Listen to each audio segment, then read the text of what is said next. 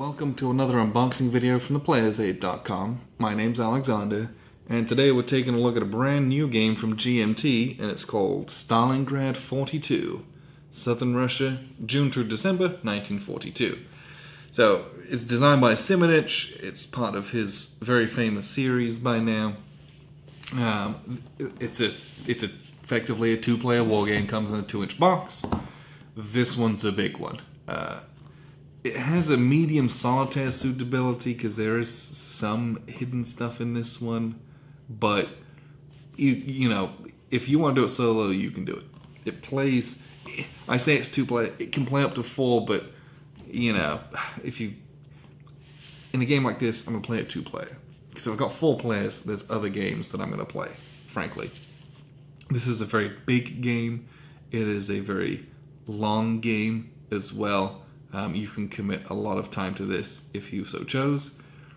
What we'll do is we'll open it up and we'll just take a look at what it is. If you've played any of the games in this series, like Normandy 44 or I think you did Ukraine 41, Normandy, Holland 44, that was a fantastic game.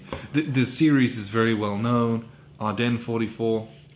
There's just some really good games in this series, and this is just the next one in that. So you'll be familiar with the concepts in the series if you played any of those games. So if this is something you're interested in, feel free to jump on in. You get a red dice and a grey dice for the Russians and the Germans, and we get straight into the rules of play. Now, for a game this big, to have a 30-page rulebook, not terrible. Got scenarios at the back. But everything else in here is rules. Again, a lot of it you'll be familiar with, but then, you know, it's the specialized rules for things like tank shifts or, you know, Russian reinforcements and replacements. There's some nuance to it. It's not just the same as all the others. Oh, look at that. They gave us a counter tray. Oh, that's amazing. I love that GMT are doing that in some of their games now.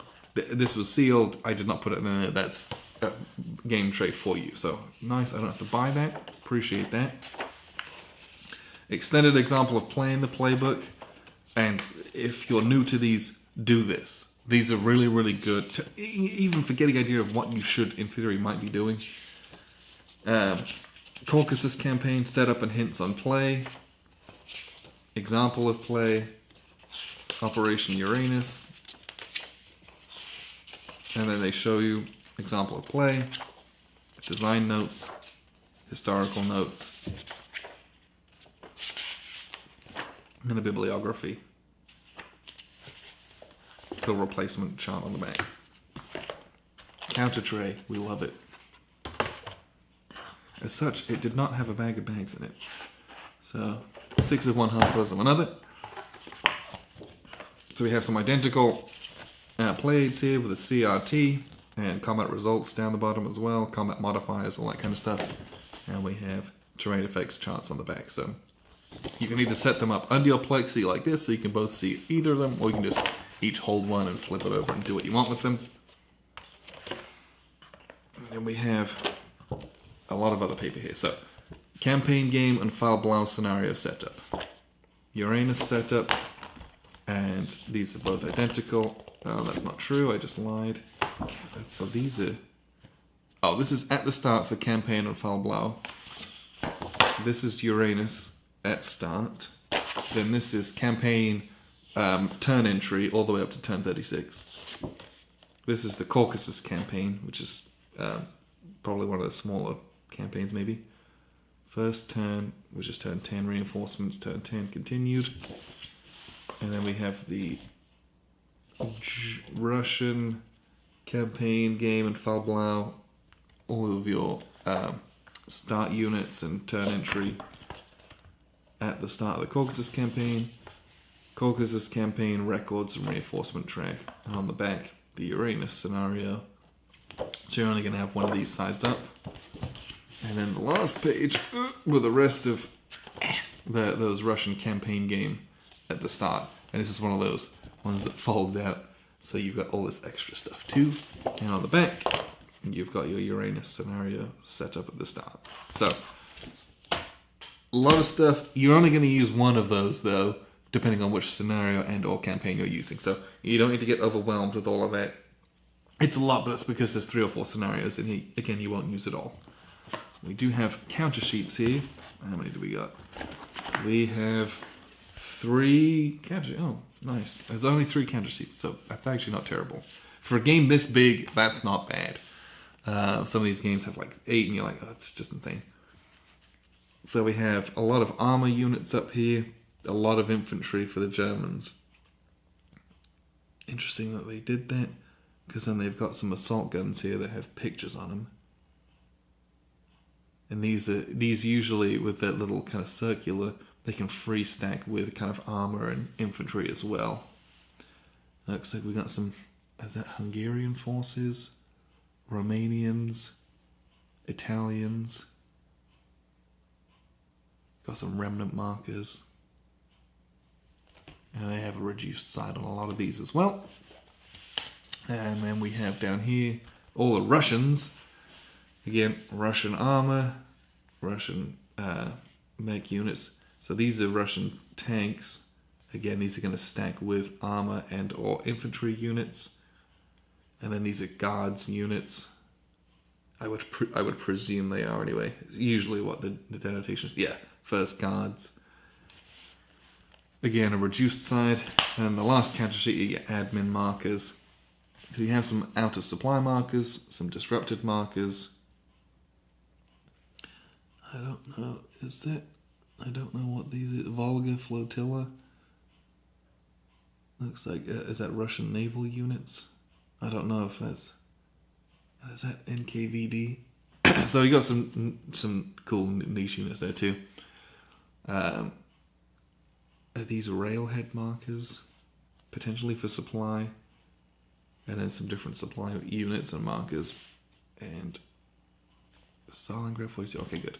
So there's a lot of admin or kind of scenario-specific markers on there, which we've got to look up the rules. Now we come to the fun part, which is the maps. Okay.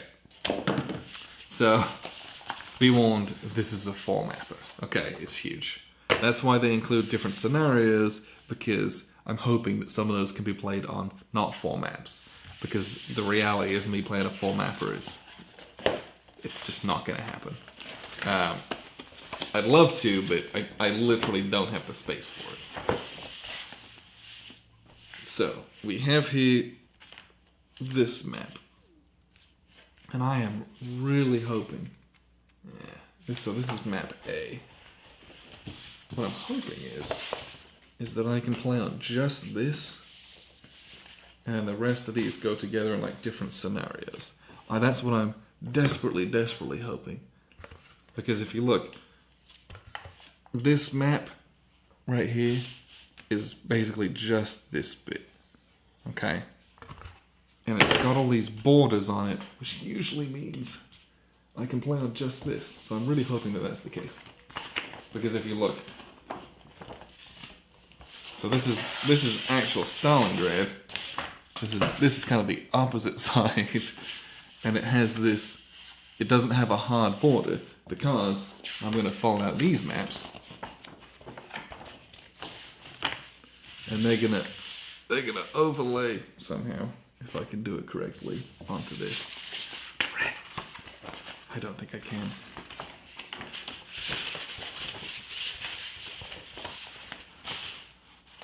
Well, I'll be honest, I'm not entirely sure how they set up, but it might just be that it's huge, because it's going to be set up something like this. I mean, everything overlays, and it's massive. I'm hoping there's a scenario that's just on this one map here, but it's not exactly a 4-mapper. It's a, you can't even see that. That's how big this is.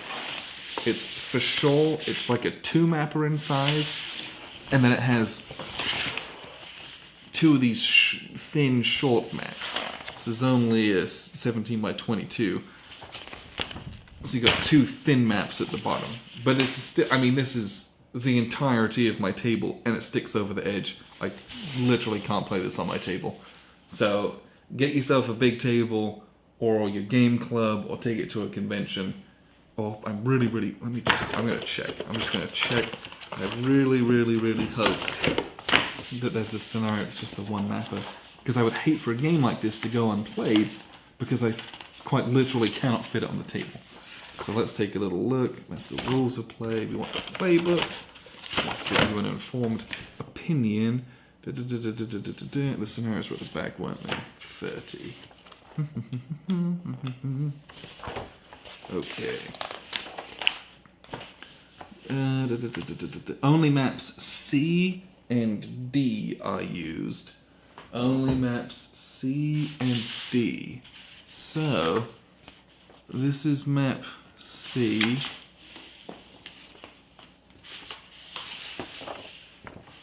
What the? C.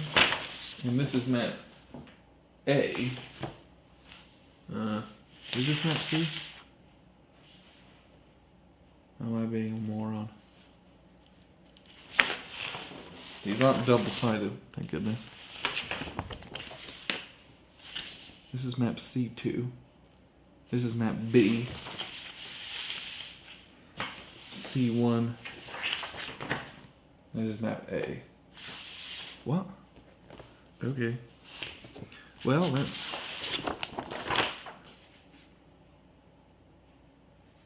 C and D, maps A and B. So there are some that don't use all the maps, I guess. I'm gonna have to figure that out. Only map A is used. Thank goodness. I knew it. So you can play Foul Blau only on this. So you can at least play that initial push. You can play some of the game, right? You can play a full war game out of the box. But, you know, this whole formatter is kind of, it's there, you know, if you want to, but you can play just this. I knew it. I'm so glad that I was right. That's, you know, whenever you see the hard border around the edge, usually that's what that means. You can stick them together and play the whole thing, but if you don't have the space, you know, it might still be something you want to look at if it's something you're desperately interested in. So, there is a lot to pack in a punch here, although really 3 sheets of counters, not terrible for a game of this size. This is Stalingrad 42, Southern Russia, June-December 1942, from Mark Simonich, just put out by GMT. It's a great system, it's a great series. I would expect no different from this. Just if you want the full game, you gotta have space. Just understand that there are single mappers in here, but for the full kahuna, you gotta have space. That's you just gotta know that going into it, okay? Don't buy this game and complain to me that you don't have space for it.